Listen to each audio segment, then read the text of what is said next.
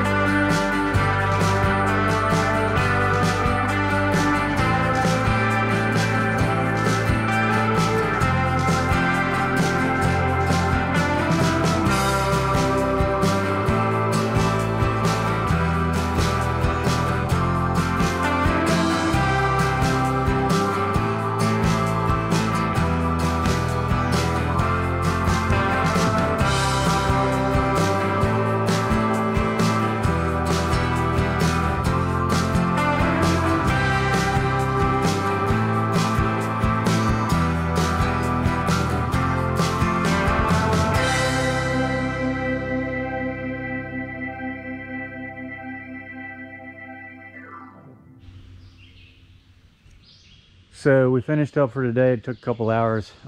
It's really all I had to sneak down here and get this done. But this front wall is done now. You can see that the load will come down off the peak, go around the window, hit this sill beam, and then pretty much be balanced on this post here, and it runs all the way down to the ground, straight line, straight to the post that's in the ground. It's a little off center. I was just off. I screwed up, but anyway, it's on it. It ain't far, so that's fine.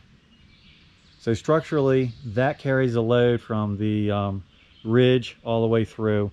Now tomorrow, or whenever I do the siding, I'm going to connect the two corners here and make this a truss, so it's a full triangle.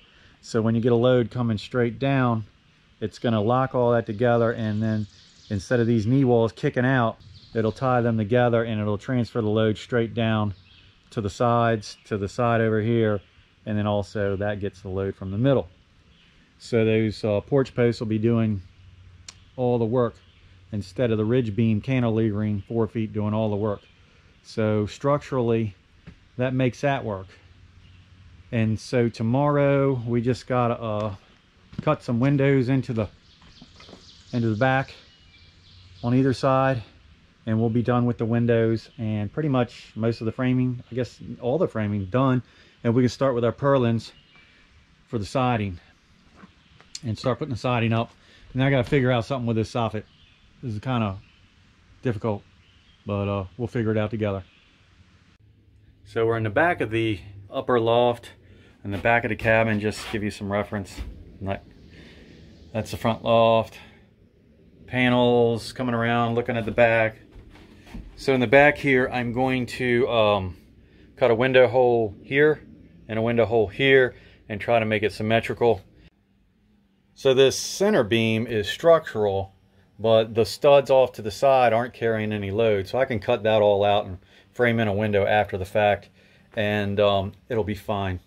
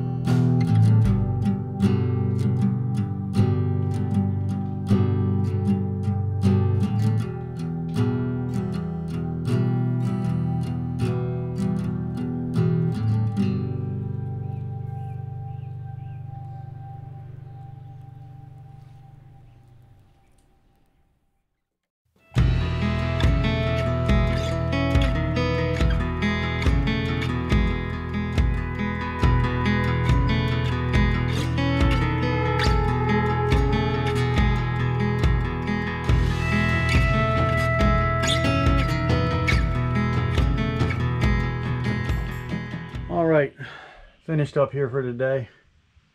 Got these guys framed in, these two little windows. It's going to give us some nice ventilation up in this loft. I tried to center them best I could off the center ridge beam. I did not put headers over these windows. This is not a structural wall, so I can hear it already on the comments. Why aren't there headers? This is not structural. The way this thing is designed, this beam holds, or this post, I'm sorry, holds this ridge beam up, and the outside walls carry the outside of the rafters, and it's basically designed like two sideways decks. You can imagine how a deck would be framed off the side of your house. And so it's carrying, the rafters are carrying the load, and the ridge post is carrying the center load, and the walls out here are carrying the outside load. Nothing's going on here, okay? If this wasn't a structural ridge post, then yeah, you'd have to have some collar ties across here to keep them things from spreading out, or they'd have to be a full truss or a scissor truss. But we did it differently over here. Let me get past this. Right here, this